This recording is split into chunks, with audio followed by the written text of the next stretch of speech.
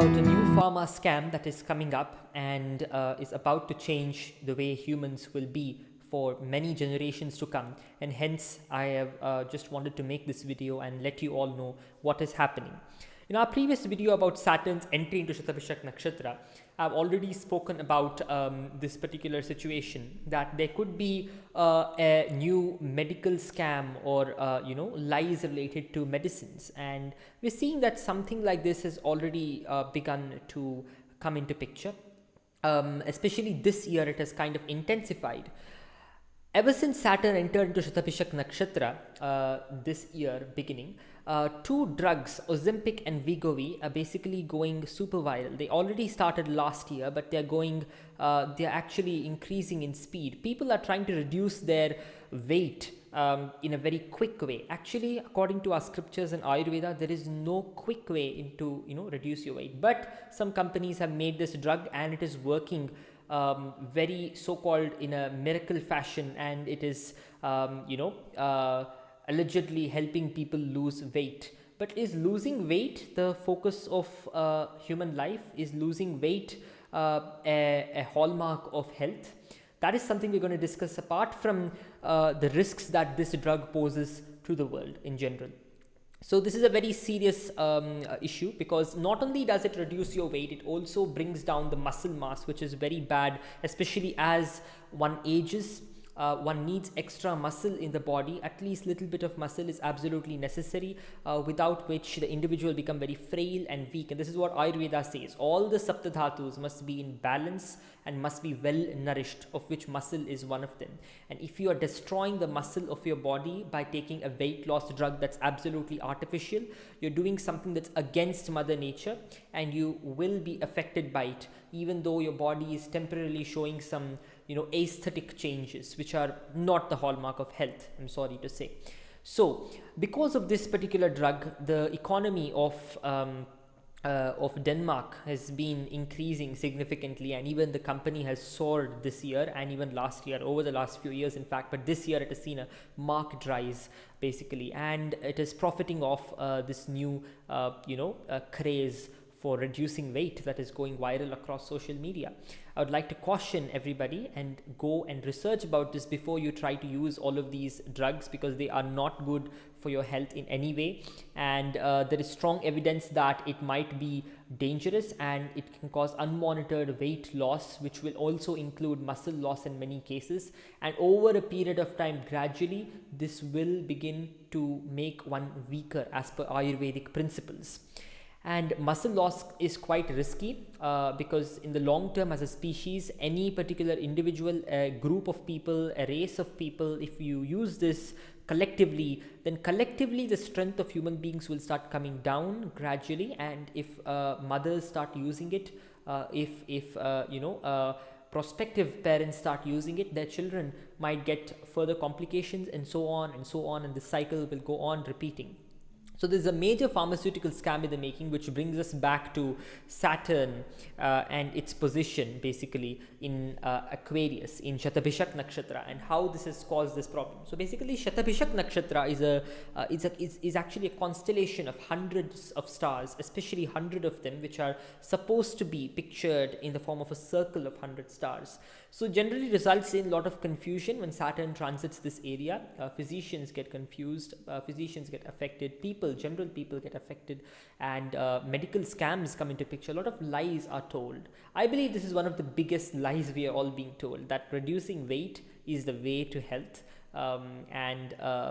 If you have low weight, then you're really healthy, and if you're of course, being fat is not good for your health, but drastically reducing your weight from heavy to less, drastically doing it and not even taking care of your health in any other way is very detrimental.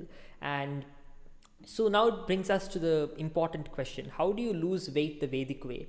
We can't let the obesity, epidemic go on and on across the world and destroy many people's productive lives. Of course, there is a way, but not a drug which can, pose serious consequences and reduce your potential lifespan and make your quality of life worse as you age.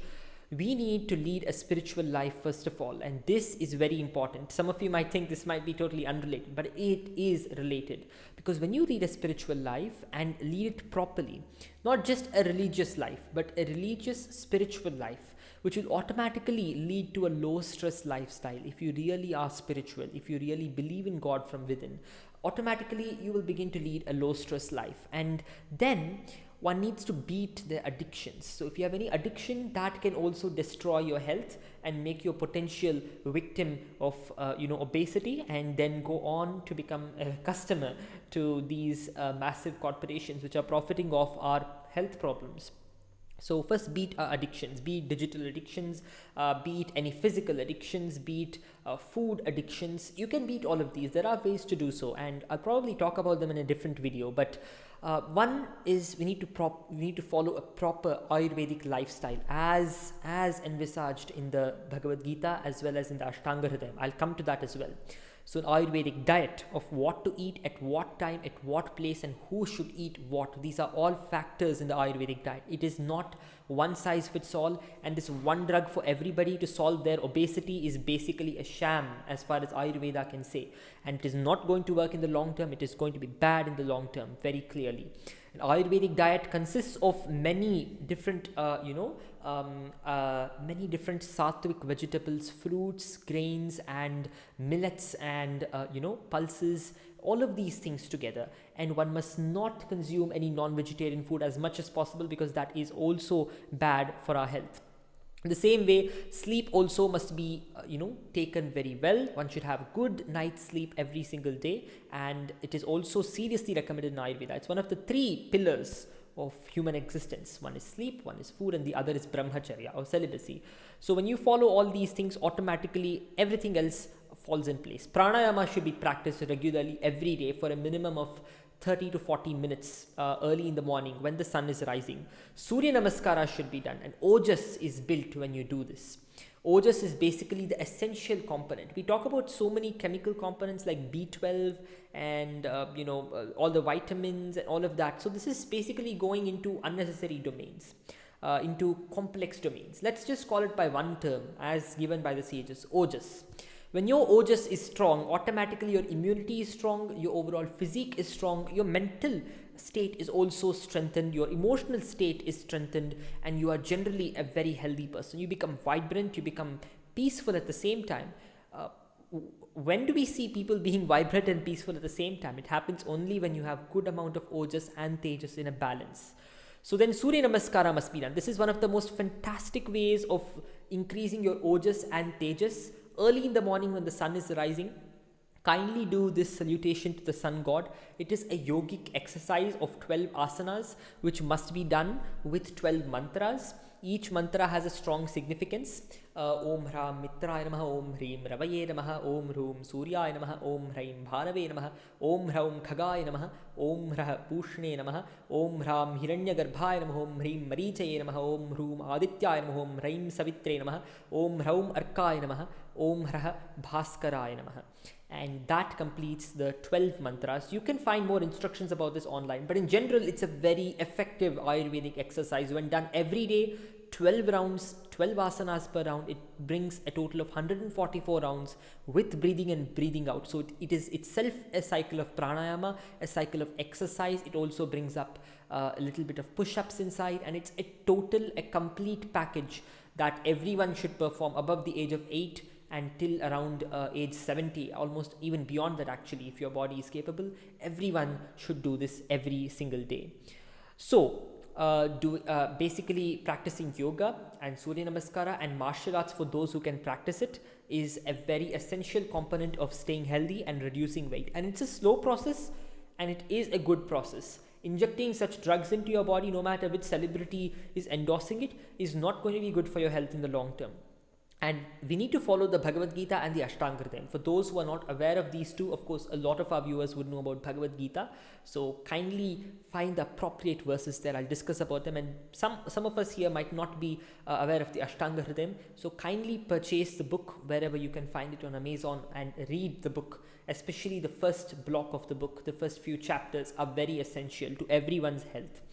So there is a verse in the Bhagavad Gita, Natyashnatastu yogosti nachaikanta manashnatah nachati swapnashilasya jagrado naivacharjana, which means that yoga, which is a proper balance, a symbiotic balance between all the systems of the body, the mind, as well as our soul, that is us, the self, a proper balance between these is called yoga.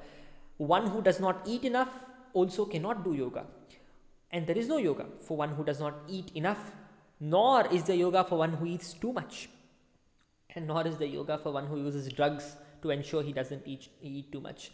And nor is there yoga for one who does not sleep enough, nor is there yoga for one who sleeps too much.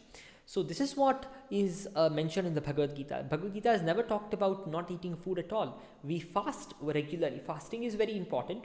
Once in a fortnight, everybody must fast around the Ekadashis, or some people do the full moon days and new moon days, but everybody must fast once in a fortnight. So fasting is there, but not eating food, starving oneself. Basically, that's what this Ozempic and Wegovy are doing to you. They are starving you without your knowledge. They are starving your body of essential nutrients. And this will happen over a longer period, and this will affect humanity itself. So there is another verse, Yuktahara viharasya yukta cheshtasya karmasu yukta swapnavabodhasya yogo bhavati dukkhaha. So if obesity is our major concern, then yuktahara, yukta vihara, yukta cheshta, when we follow the right diet, yukta means the right one, the appropriate one, eating the appropriate ahara and thinking appropriately, acting appropriately will automatically create a yoga, a balance, a combination of everything together, a symbiotic existence of everything together, and that will destroy all your diseases, all your unhappiness, all your dukkha, all your sadness, and all your problems as well.